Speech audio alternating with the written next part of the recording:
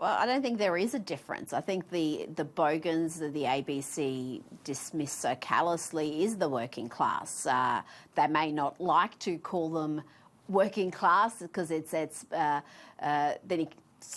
is so sneering to be that dismissive of them and their interests, but that's what that is.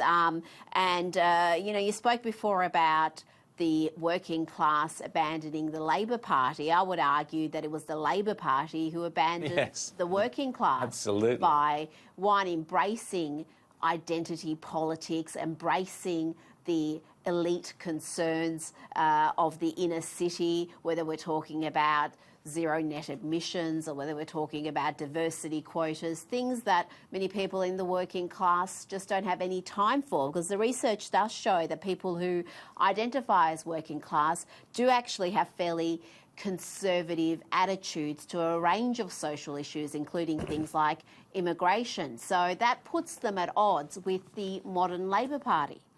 Well, it's no surprise, is it, that working class people, A, would be more concerned about money, the economics of the situation, because they sit there and they work and they count the money and they see the direct relationship between how hard you work and the rewards you get, unlike many people in the academic world, in the media world, the ABC, public servants, who don't actually see a direct correlation between effort and financial reward. So it's understandable that the working classes would thoroughly understand, in the way that Margaret Thatcher and John Howard and others did, that the economy is really just a giant version of what you've got in your wallet.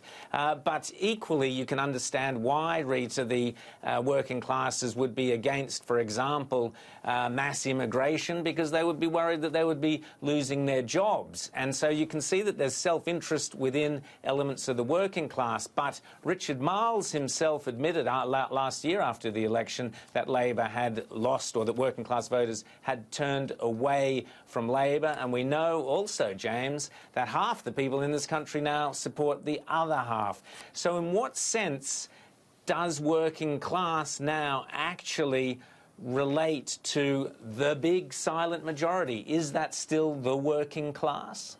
Yeah, no, look, I don't think it is. I mean, and I think also just simply this idea of, the working class as as even a term, I'm not sure how much it applies in an economy that's moved largely out of that kind of, industrial mass Dickensian factory type production sort of thing, where the jobs that are manual are often far more skilled. And the fact that we're going to have an industrial push again, I think, in the coming years to bring manufacturing back to Australia, but in a more high-tech, disciplined way that's going to require higher skills and higher education. I don't think that you can talk about it like that. You can talk about probably that there will be a large group of people we've now replaced local workers with foreign workers to do a lot of sort of grunt work in the economy, but they don't vote because they're not citizens. So there's simply that. But to go back to your point before, this issue of immigration, I think, is really a vexed one, because remember, it was always Labor that was protectionist. It was always Labor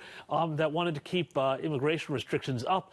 And Labor then now has decided that they're the party of refugees, of higher immigration, and all of that. And so therefore, because they're going to capture that middle class, say, academic part of the spectrum, who are very pro that sort of thing, rather than go for the interests of their actual members. Well, then you have the problem that they're in. And I think, really you can almost overcomplicate the whole problem with Labor and simply say, well, if you start, looking at the interests of what your supposed supporters want, then you're going to wind up somewhere very different than where you are today.